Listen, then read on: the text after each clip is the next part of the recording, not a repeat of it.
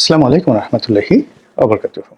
সম্মানিত দর্শক, আপনি স্বীকার করেন বা না করেন, বাংলাদেশের রাজনীতিতে এখন পিনাকি ভট্টাচার্য অতি গুরুত্বপূর্ণ ব্যক্তি।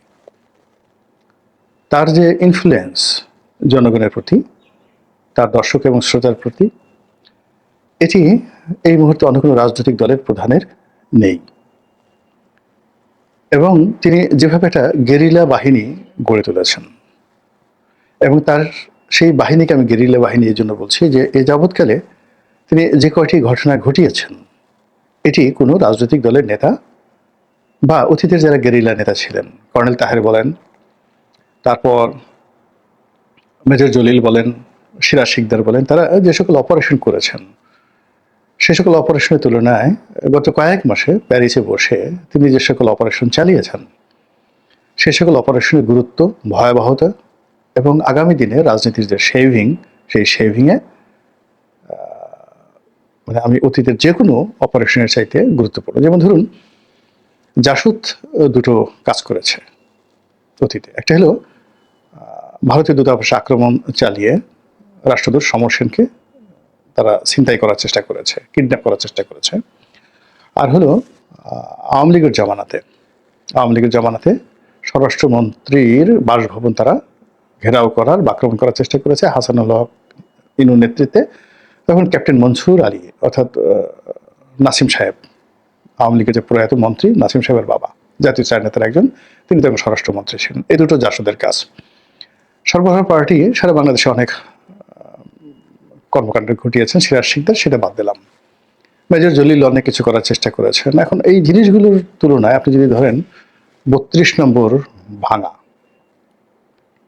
এই চারটিখানি কথা নয়। এটা ৩২ নম্বর ভাঙা, এই কাজটা বাংলাদেশ সেনাবাহিনী সাহস পেত না, ডক্টর মোহাম্মদ ইউনূস সাহস পেত না, বিএনপি তারেক রহমান সাহেব কোনোদিন সাহস পেতেন না। এই কাজটি পিনাকি করেছেন এবং করে তিনি গর্ব করছেন যে আমি করেছি, পারলে আমার পছন্দের টান দাও, আমার এটা করো, ওটা করো। চ্যালেঞ্জ জানাচ্ছেন পুরো জাতিকে। তিনি কাজ করেছেন এবং তিনি বলছেন যে বেশি বাড়াবাড়ি করলে একেবারে টুঙ্গিপাড়া ভেঙে শেষ করে দেবো, বঙ্গবন্ধুর মাজার তিনি ভেঙে দেবেন। তো বঙ্গবন্ধুর মাজার যদি তিনি ভাঙতে পারেন, তাহলে শহীদ প্রেসিডেন্ট জিয়াউর রহমানের মাজার ভাঙা তো তার জন্য নস্যি, এটা তো তিনি বললেই হয়ে যায়। তিনি যেভাবে প্রথম আলোর অফিসের সামনে গরু জবাই করে তিনি জিয়াফত করেছেন, যেভাবে তিনি ডেইলি স্টারকে ভয় দেখিয়েছেন, এই ভয় দেখার ফলে মনে করেন মাহফুজা নাম ডেইলি স্টার সম্পাদক এবং মতিউর রহমান যিনি রয়েছেন প্রথম আলো সম্পাদক, তিনি এই দুজন ব্যক্তি পিনাকির নাম শুনলে তারা যে ভয় পান, এটা আমার কাছে মনে হচ্ছে যে অন্য কোনো মানে ভয়ঙ্কর প্রাণী তাদের সামনে যে একটা বাঘ দেওয়া হয়, তারপর শেষে সিংহ দেওয়া হয়, তো তারা বাঘ সিংহের একেবারে কান ধরে মলে দিতে পারবেন দুজনে, মাহফুজা নাম এবং মতিউর রহমান। কিন্তু যদি বলা হয় তুমি একটু পিনাকির চোখের দিকে তাকিয়ে একটু মুচকে হাসো, তারা মানে কান্না করতে ভুলে যাবেন। তো এইরকম একটা অবস্থা এই বাংলাদেশে ডেইলি স্টার প্রতিষ্ঠা হওয়ার পর, প্রথম আলো প্রতিষ্ঠিত হওয়ার পর এই ভয় তো কাউকে দেখাতে পারেনি। এরপরে তার যে কতগুলো ন্যারেটিভ তিনি তৈরি করেছেন, শেখ হাসিনার নাম দিয়েছেন কাঁঠাল রানী, তারপরে তিনি বলেছেন যে জয় বাংলা করে দেবো, মানে ফিনিশ করে দেবো, খুন করে ফেলবো, মেরে ফেলবো, মাটির মধ্যে পুঁতে ফেলবো। এই টোটাল জিনিসগুলো ১০-১২টা যে বিশেষণ, সেই ১০-১২টা বিশেষণকে একত্রে তিনি একটা তাবিজের মধ্যে ঢুকিয়ে ফেলেছেন এবং সেই তাবিজটার নাম হলো জয় বাংলা তাবিজ। মানে পিনাকির মুখ দিয়ে যখন জয় বাংলা বের হয় মানে তুমি শেষ। তো এই পিনাকি হঠাৎ করে বিএনপির বিরুদ্ধে লেখেছেন, হঠাৎ করে তিনি তারেক রহমান সাহেবকে এখন সরাসরি আক্রমণ করছেন। এর আগে সালাউদ্দিন সাহেবকে নিয়ে বকা দিয়েছেন, তারপরে মির্জা ফখরুলকে নিয়ে তিনি বাজে মন্তব্য করেছেন কন্টিনিউয়াসলি, মির্জা আব্বাসকে নিয়ে তিনি মানে যাকে বলে নানা রকম কথাবার্তা বলেছেন। তো এই সবকিছু বাদ দিয়ে এখন তিনি জনাব তারেক রহমান সাহেবকে জয় বাংলা করার জন্য প্রকল্প হাতে নিয়ে এগোচ্ছেন খুবই সুকৌশল এবং সুন্দরভাবে। আমি এটা বুঝি না যে একটা সময় কিন্তু পিনাকির সঙ্গে জনাব তারেক রহমানের একটা ভালো সম্পর্ক ছিল। পিনাকি এভাবে বলেনি, কিন্তু তার একটা ভিডিওতে আমি দেখলাম যে তারেক রহমান সাহেবের সঙ্গে তার কথা হয়েছে এবং তিনি যেভাবে আকার ইঙ্গিতে বলছিলেন যে তারেক রহমান সাহেব মৃদু হেসে বিনয়ের সঙ্গে যেভাবে তার সঙ্গে যোগাযোগ রক্ষা করেছেন, কথাবার্তা বলেছেন, সেই সম্পর্কটা হঠাৎ নষ্ট হলো কি করে? তিনি তারেক রহমান সম্পর্কে যে কথাগুলো বলেছেন বা যে প্রশ্নগুলো এখন তুলেছেন, যেটা তারেক রহমানের পুরো ক্যারিয়ারকে প্রশ্নের মুখোমুখি নিয়ে আসবে, সেটা নিয়ে আমি পরে আলোচনা করবো। কিন্তু এটা হলো কেন? এক। ২ নম্বর হলো যে বাংলাদেশে তারেক রহমান সাহেবের ২ থেকে ৩ জন রাইট হ্যান্ড আছে, ইয়াংদের মধ্যে আছে, বয়স্কদের মধ্যে আছে, যারা মিডল এজ তাদের মধ্যে আছে, দলের ভিতরে যারা পোর্টফোলিও মেনটেন করেন তারা, আর দলের বাইরে পোর্টফোলিও নেই তারা। এর মধ্যে দুই একজন আছেন যাদের সঙ্গে তারেক রহমান সাহেবের একেবারে পারিবারিক সম্পর্ক হয়ে গেছে, একথা অনেকে বলছেন, হবে এরকম কথাও বলছেন, বা আছে এরকম একটা কথাও বলছেন। এরকম অনেক পাওয়ারফুল লোক আছেন। এই সকল পাওয়ারফুল লোকের সঙ্গে টিল নাও টুডে জনাব পিনাকি ভট্টাচার্যের একটা দহরম মহরম সম্পর্ক রয়েছে। তারা সকাল বিকেল বাংলাদেশের অভ্যন্তরীণ যে বিষয়গুলো রয়েছে সেগুলো তথ্য দিয়ে, উপাত্ত দিয়ে, ডাটা দিয়ে, কথা দিয়ে, বার্তা দিয়ে তারা পিনাকিকে এনরিচ করেন, পিনাকিকে এনরিচ করেন। তো সেই লোকগুলোর সাথে এখন আজকের দিন পর্যন্ত পিনাকির ভালো সম্পর্ক রয়েছে, যারা তারেক রহমানের রাইট হ্যান্ড। তো যেখানে রাইট হ্যান্ডের সঙ্গে ভালো সম্পর্ক, সেখানে কেন তারেক রহমান সাহেবকে জয় বাংলা করার জন্য মিস্টার পিনাকি এই অনেকগুলো মন্তব্য করছেন, ভিডিও বানিয়েছেন, এবং যেহেতু তিনি এটা শুরু করেছেন, এটা তিনি শেষ না করে যাবেন না। এখানে পিনাকির একটা জিনিস আমি প্রথম থেকে দেখেছি, যে তার কর্মের মধ্যে একটা ধারাবাহিকতা রয়েছে। সে যদি কাউকে পছন্দ করে, ভালোবাসে, তো ওটা সে রক্ষা করার চেষ্টা করে, এবং সে মৃদু সমালোচনা করে। যেমন আসিফ মাহমুদ সজীব ভুঁইয়াকে সে মৃদু সমালোচনা করেছিল। তারপরে আসিফ মাহমুদ সজীব ভুঁইয়া যখন লন্ডন মানে প্যারিসে গিয়ে তার সঙ্গে দেখা করলো, তিনি ছবি তুললেন, এরপর থেকে তিনি তাকে ছোট ভাই হিসেবে, বা পিনাকির যে বয়স তাতে আসিফ মাহমুদ সজীব ভুঁইয়া তার ছেলের বয়সী হবে। তো এরকম এই জন্য সে তার প্রতি একটা আপত্ত স্নেহ নিয়ে তিনি কাজ করেন। ফলে আসিফ মাহমুদ সজীব ভুঁইয়াকে নিয়ে সবাই সমালোচনা করছেন, নেতিবাচক কথা বলছেন, কিন্তু পিনাকি বলছেন না। এটা ওর একটা ক্যারেক্টারিস্টিক্স। সরি, ও না বলে উনি বলি। তার সঙ্গে মানে আমাদের এইজ অলমোস্ট সেম। ওনার সঙ্গে আমার কখনো ব্যক্তিগতভাবে পরিচয় হয়নি, কিন্তু আমাদের এইজ লেভেল, এডুকেশনের যে ইয়ার অলমোস্ট সেম। তো যার জন্য মানে অনেক সময় ও চলে আসে। কিন্তু যেহেতু তিনি এখন, আমি তো বললাম যে বাংলাদেশের সবচেয়ে ইনফ্লুয়েন্সিয়াল ডিফ্যাক্টো সরকার প্রধান, ডিফ্যাক্টো রাষ্ট্রপ্রধান, যার কথায় সবকিছু হয়, তাকে সম্মান করতেই হবে। কাজে উনি যে মানে যে সম্পর্কটা মেনটেন করেন, সেই সম্পর্কটা তিনি সবসময় সেটা ধরার চেষ্টা করেন। দ্বিতীয়ত বন্ধুবর যে পিনাকি ভট্টাচার্য, ডক্টর পিনাকি ভট্টাচার্য যদি কারো বিরুদ্ধে লাগেন, তো তাকেও তিনি জয় বাংলা না করে তিনি ছাড়েন না। এটা আমি তার মধ্যে দেখেছি। মাঝে মধ্যে দেখা গেল যে একজনের বিরুদ্ধে তিনি একটা কথা বলছেন, তিনি টেলিফোন করে হাউমাউ করে কান্নাকাটি করলেন, মাপ চাইলেন, আর জীবনে এরকম হবে না গো দাদা, আপনি আমাকে মাফ করে দেন, আমি আর ভুল করব না। তো কয়েকদিন ক্ষান্ত দেন তিনি, যেটা ডক্টর মোহাম্মদ ইউনূসের ক্ষেত্রে হয়েছে, তার প্রেস সচিবের ব্যাপারে হয়েছে, তার আসিফ নজরুলের ব্যাপার হয়েছে। কিন্তু আবার দেখা গেল যে কোনো কারণে তিনি আবার ভুল ধরতে পারলেন, তিনি আবার গর্জে ওঠেন। তাহলে তার ওই যে ধারাবাহিকতাটা, এটা কিন্তু তার সবসময় রাখেন। অর্থাৎ তিনি যদি কাউকে জয় বাংলা করার সিদ্ধান্ত নিয়ে থাকেন, পরবর্তীতে হাউকাউ কান্নাকাটি যা কিছু করা হোক না কেন, তিনি তার সেই সিদ্ধান্ত থেকে পেছান না। তো সেদিক থেকে তিনি যে বিএনপির বিরুদ্ধে লেগেছেন, এটা তিনি প্ল্যান করে লেগেছেন, এবং তার একটা মিশন আছে, ভিশন আছে, এবং তিনি যে বিরক্ত হয়েছেন বিএনপির প্রতি, এটির যথেষ্ট কারণ তার কাছে না থাকলে তিনি বিএনপির বিরুদ্ধে কাজ করতেন না। তো তিনি বিএনপির বিরুদ্ধে বলছেন। তার আগে বিএনপিকে হেয় করার জন্য ইতিমধ্যে সালাউদ্দিন সাহেব, মির্জা ফখরুল থেকে শুরু করে অন্যান্য যে সকল শীর্ষ নেতা রয়েছেন, তাদেরকে ইতিমধ্যে প্রায় তিনি সেমি জয় বাংলা করে ফেলে দিয়েছেন। এখন বাকি রয়েছে জনাব তারেক রহমান সাহেব। এখন তারেক রহমান সাহেবকে নিয়ে তিনি প্রশ্ন করেছেন, তার লেখাপড়া কি? একটা নেতা তো লেখাপড়া লাগবে।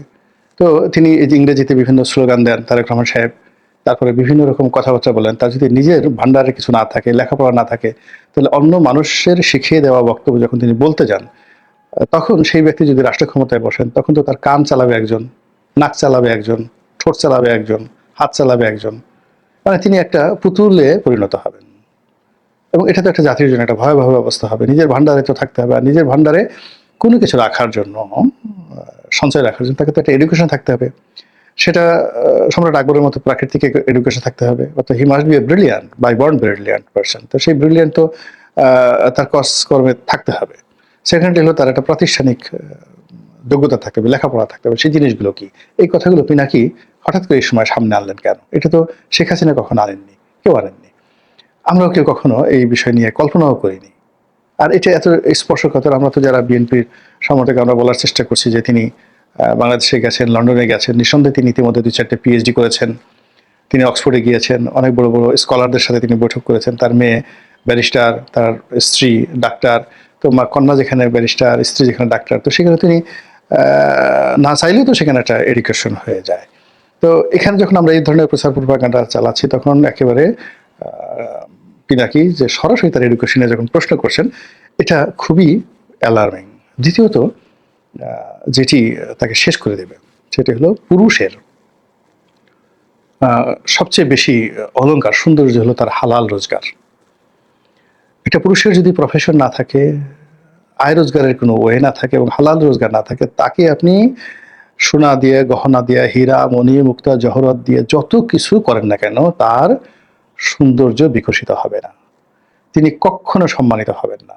তো কাজেই রাজনীতি করতে চান, সিংহাসনে বসতে চান, সম্মান পেতে চান, তার আগে আপনার রিজিকটা হালাল হতে হবে এবং নিজস্ব একটা আয় রোজগার থাকতে হবে। অথবা একেবারে খাস বাংলায় বলতে হবে যে আমার কিচ্ছু নেই, আমি মানুষের টাকায় চলি, বঙ্গবন্ধু শেখ মুজিবুর রহমানের মতো। আমি এই যে পার্ট টাইম ইন্স্যুরেন্সের দালালি করেছি, মানে তিনি আসলে একটা ইন্স্যুরেন্স কোম্পানির ম্যানেজার ছিলেন।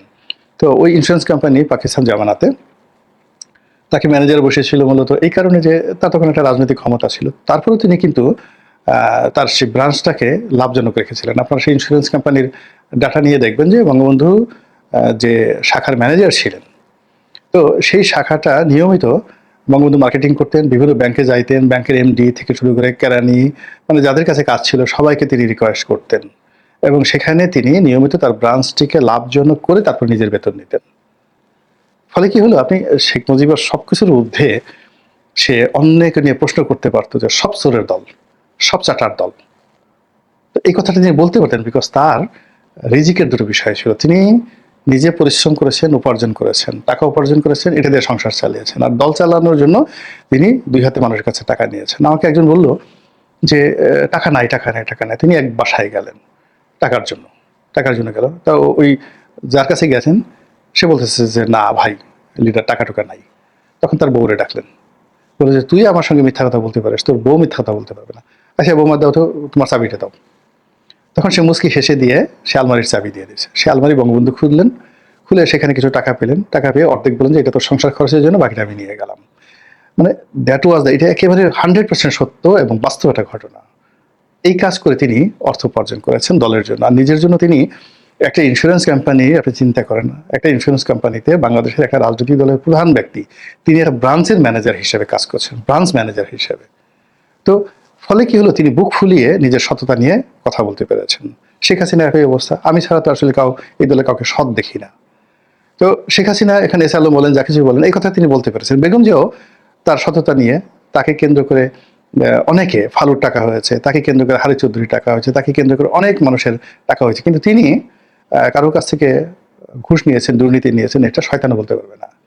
তো এই যে রাজনীতিবিদদের যে সততা, এই সততা তার রিজিকের ব্যাপারে তাকে অনেস্ট হতে হবে। জিয়াউর রহমানের সততা তো রীতিমতো কিংবদন্তি। তো সেক্ষেত্রে তারেক রহমান সাহেবের সেই যে পৌরুষ, যেটা অর্থের সঙ্গে সম্পৃক্ত, সেই জায়গাটাতে টান দিয়েছে পিনাকি।